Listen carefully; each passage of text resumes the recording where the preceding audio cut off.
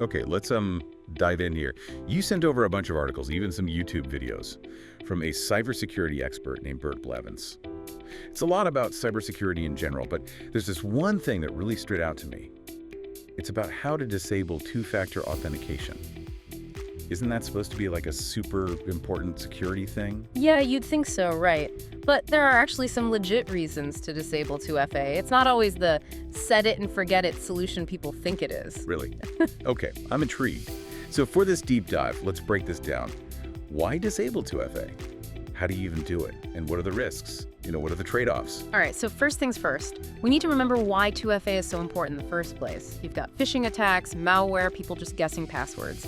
2FA just adds another layer of defense. You need something, your password, but also something you have, like a code from your phone or a hardware key. Right, so even if someone gets your password, they still can't get in. Yeah. Exactly, that's the idea.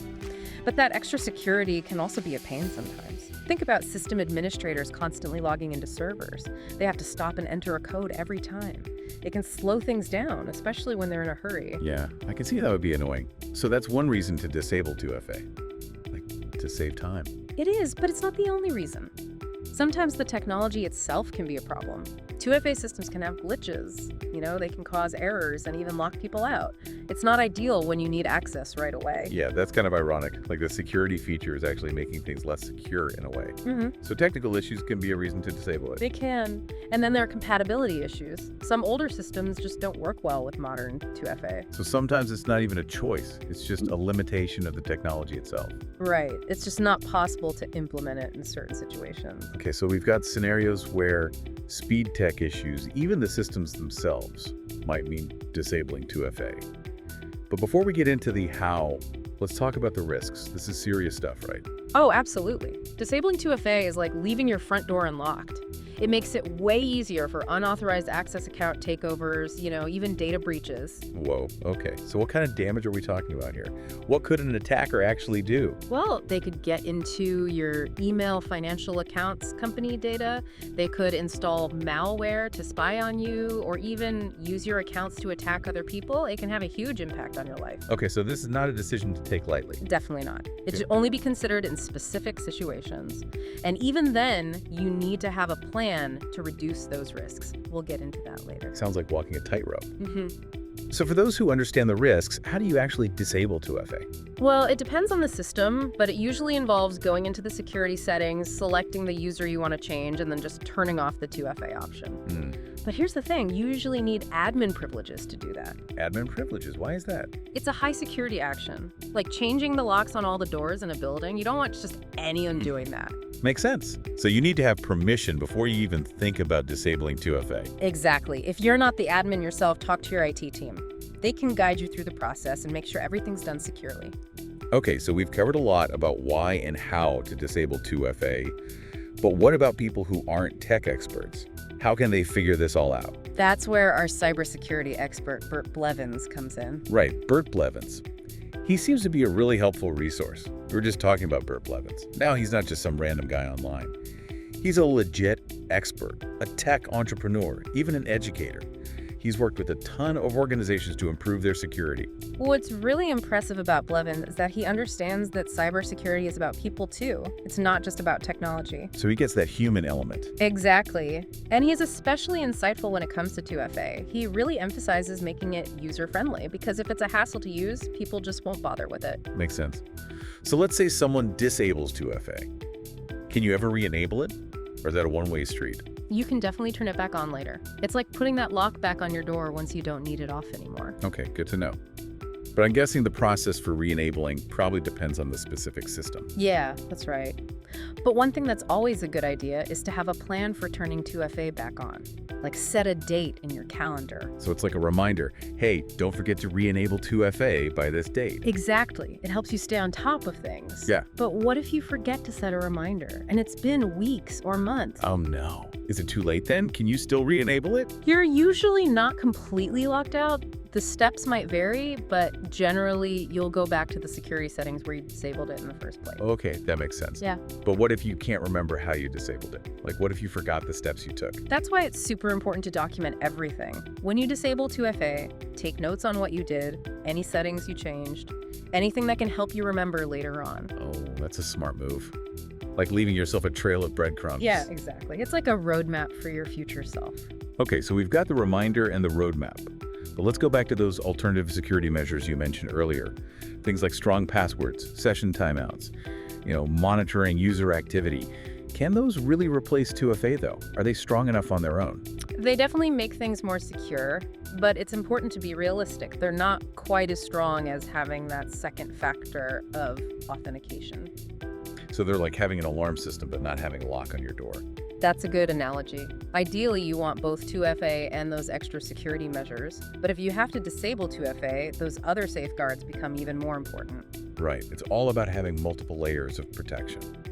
So with all the changes happening in cybersecurity, do you think disabling 2FA will become more common in the future? Or will it always be kind of a last resort? That's a really interesting question. There's a lot of discussion about this in the cybersecurity community. Some people think that as technology gets better, we'll see new authentication methods that are even more secure and user-friendly than 2FA. So like we've moved from regular keys to smart locks with fingerprint scanners and facial recognition. Could authentication evolve in the same way? Absolutely. We're already seeing a shift towards passwordless authentication. Things like biometrics and security keys are replacing traditional passwords. This could definitely change how 2FA works in the future.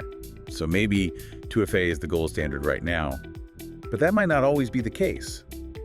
But until those new methods are more widely available, it's important to stick with the best practices we've been discussing. Definitely. Don't let your guard down, stay informed about new threats, and make sure you're protecting yourself effectively. Knowledge is power. So before we finish up this part of our deep dive, I'm curious, what would you say is the most important thing to keep in mind about all of this? Like, what's the one thing you want our listeners to really think about? Good question. If I had to choose just one thing, it would be to think of cybersecurity as an ongoing process, not just a one-time fix. It's all about forming good habits, staying up to date on the latest threats, just constantly adapting. So it's like staying healthy. It's not about one single workout. It's about making healthy choices consistently. Exactly. The more you learn and adapt, the better prepared you'll be. Great point. Okay, so we've talked about re-enabling 2FA, the importance of documentation, all those extra security measures. What's next? Where do we go from here? Well, in the final part of our deep dive, we'll connect all of this back to Bert Blevins' work. We'll look at how his insights can help people make smarter decisions about their own cybersecurity. That sounds like a great way to wrap things up.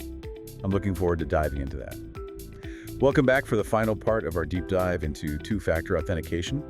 We've talked about why you might disable it, the risks involved, and even some ways to make things more secure without it. And now it's time to tie all of this back to Bert Blevins, the cybersecurity expert whose work we've been discussing. Right, Bert Blevins. We've mentioned his name a lot, but why is his perspective so important? Well, one thing that really stands out about him is that he gets the human side of cybersecurity. He understands that it's not just about technology. Right. It's about how people use that technology. Yeah, exactly. And he's a big believer in making security user-friendly, especially when it comes to 2FA, because if it's too complicated or annoying, people just won't use it. Yeah, it's like having a super secure lock that takes forever to open. People are just going to leave the door unlocked. That's a great analogy. And Blevins' experience with Delinea, that company that specializes in privileged access management, really reinforces that idea. Delinea. I've heard of them, but remind me how they connect to 2FA. Well, PAM is all about controlling access to the most sensitive systems and data in an organization. So it's like guarding the crown jewels. Yeah. And Delinea's solutions are designed to make that process, including implementing 2FA as smooth and user-friendly as possible. So they're focused on making security both strong and easy to use. Exactly. They understand that security and usability have to work together. That makes sense.